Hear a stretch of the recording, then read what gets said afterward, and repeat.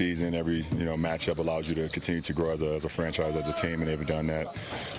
So we come in with the utmost respect for this team that we're challenged against and playing against. So look forward to the matchup. You have a familiar face with KCP in this series. What makes him an effective player, a winning player? His energy. His energy is second to none. He plays at a high level every single game. His availability, he's always in uniform, and that's what separates him from a lot of guys in our league. He pretty much plays every game. So it's officially over. I mean, that's how good that franchise is. Yep. And the Lakers, great job in Game 6. Yeah, I was really impressed with what the Lakers did in that series, because by NBA playoff standards, that was not a tight series. The Lakers won that one pretty easily. Again, by NBA playoff standards, and they did the same thing to the 2 seed in the first round. So now you roll into the conference finals against the 1 seed. Yeah. But you're not really a 7. Right. The Lakers have clearly shown they're at worst the second best team in the conference. So the climb to the mountaintop continues. See what we did there? The Western Conference Finals is set. Lakers beat the Warriors in 6 games and now take on the Nuggets, who have had plenty of rest after beating the Suns in the conference semis on Thursday night. Try to communicate to the guys. Well, I mean, as hard as we thought level 2 was, it's going to be even harder, this round. And that doesn't take anything away from GS, because that was, I know I've had my battles with that franchise, so I know how hard it is. But, as you continue to get up into the numbers, and like you said, level 3 is just a very difficult challenge. Both teams are, one step away from having an opportunity to play for what they started in the beginning of the year, and that's to play for the Larry O'Brien Trophy. So it becomes very challenging. You guys have made a couple of big adjustments within the course of a series. Just wonder what it's been like with you and the coaching staff as you get in the film room. All right, this is what we saw on the floor in this game. How much of that are you in? We know what we're going against when it comes to him, and he plays the game the right way. From 2020, Bron, you guys only have 2 active players left. When you met the Nuggets, they only have 3 rotational players. What's different about the Nuggets from that year?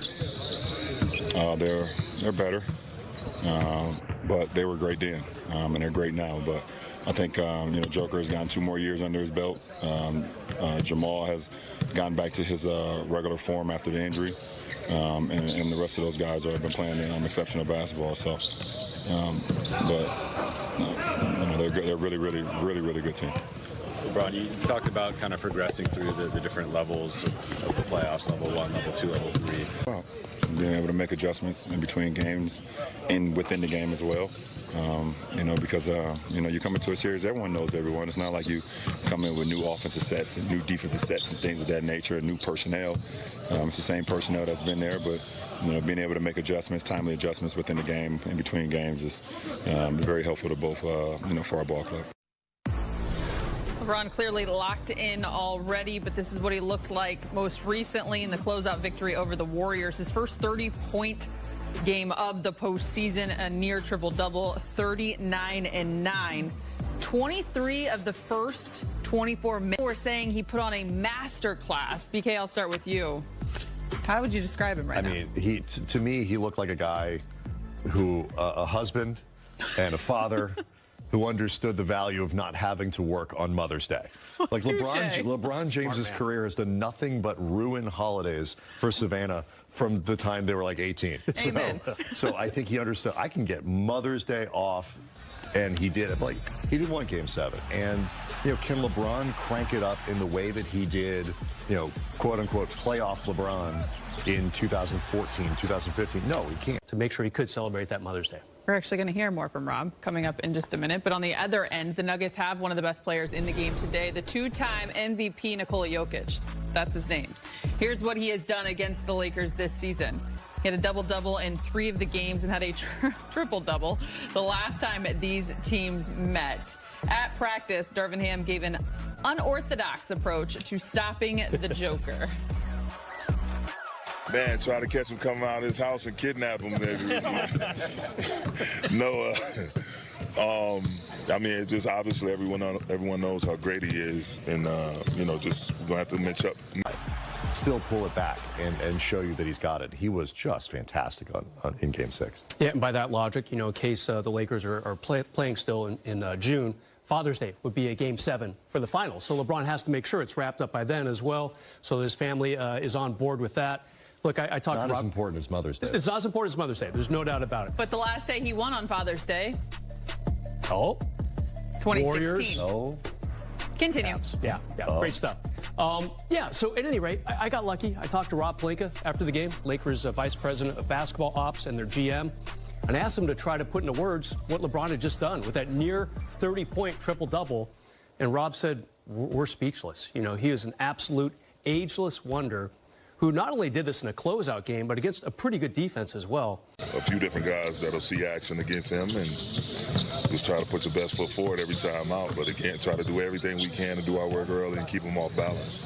Darvin, with Jokic, do you feel like you have to choose between making him a passer or a scorer? And how difficult is that decision since he can do both so well? Again, you're not going to speed him up. You're not going to slow him down. You just have to make sure you have a presence on him at all times. You know, it's going to be times where you're not going to pitch a shutout against him.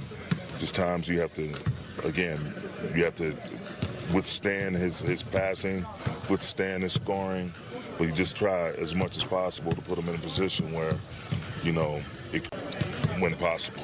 Arvin, can you mentally take Jokic out of a game if you can't physically change his speed, his tempo? Like you said, the physical. We talked about Dwight a couple of years ago. It was very much seemed like it was mental with him too. Yeah, I think, you know, that was a couple of years back. I think he's grown tremendously since then. The biggest thing for us is just to try to disrupt him, try to keep him off balance and create some type of indecision with our work, our activity, our multiple efforts, and, you know, live with the results. So you saw 13 boards, 10 assists, 59% shooting from the field, 44%. Do I need to go on? No. Those are good, right? Yeah, Brez, if we thought Steph Curry, and certainly he was a challenge last round, what does this challenge look like? Well, the good news for the Lakers is they've already seen him in this round a few years ago. And the core players from both teams are back for this little rematch here. And he wasn't great in 2020 in the bubble. You know, 22 points, 7 rebounds, and 5 assists. Now, granted, he's grown a lot since then. He can kind of clog those passing lanes and make it very difficult for Nikola. Certainly both are concerning. I just think you have to take away one or the other. Yeah. And when I think about taking away his ability to pass, which enables and allows his teammates to feel that confidence as well, might be the and I think, you know, the analog there is look at the game. I forget, I think it was game 3 would have been that Steph 2. You know, game 2 where Steph goes for, you know, 36, but like the 12 assists. Yep. Where we allow him to be both. It's okay if he scores. It's okay if he gets assists. It's when if Jokic puts up the 30 and 10 that he was doing against Phoenix, he got problems. Yep. And so I think Got to keep them down near those statistical numbers. They're going to win this series. And thankfully, they have what I would say is a pretty good defender, BK, Anthony Davis. Even though he got like, I think he was 7th in the voting among the All-NBA, All-Defense team. Like he barely even registered votes, which I will never understand.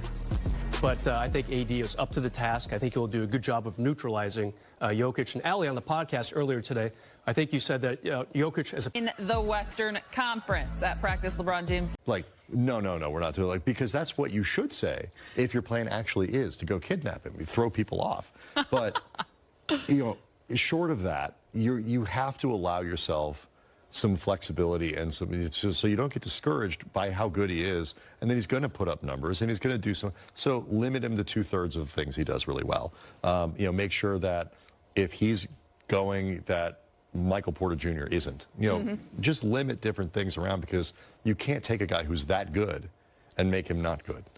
I'd argue it's easy to put he and AD at the top, headlining this entire matchup, but it's not just going to be Anthony Davis's responsibility. The series in 2020, it'll look different this time, though, because the Lakers don't have Dwight Howard, who, you know, wasn't great in that series, but went out and used his 6 fouls that he had available, occasionally getting perhaps a little overzealous in his attempts to get inside Nikola Jokic's head. I think it worked to a degree. It did to a I give degree, Dwight but credit. you know, Dwight went a little WWE at times, but it worked.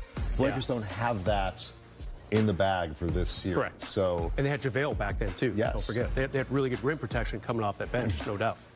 As good, Brez, as AD has been in this series defensively, making the Joker work with what he can do offensively. AD, I'm saying, will be key as well. Yeah, look. Make him work defensively. Yeah, no doubt about it. And by the way, let's not forget about the defense that AD had on. AD really has to we always say we like to see him demand the ball a little bit more.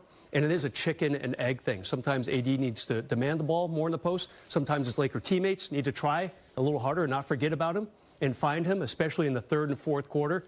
So I think he really needs to back down into that post and make Jokic work a little extra harder. We shall see. Here's the injury report for Game 1. LeBron and Anthony Davis, probable, as they have been this entire postseason.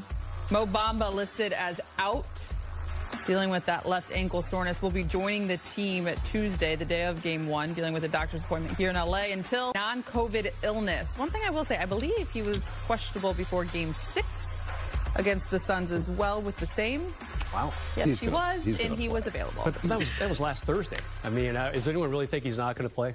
He's going to play. Maybe it's them trying to throw off the Lakers, just like Darvin is going to go kidnap the Joker. And your kidnapping information is very impressive, BK. Tristan Thompson and Shaq Harrison are like, what, I'm sorry, my scouting report says what? Okay. So you expect whatever to be takes out there.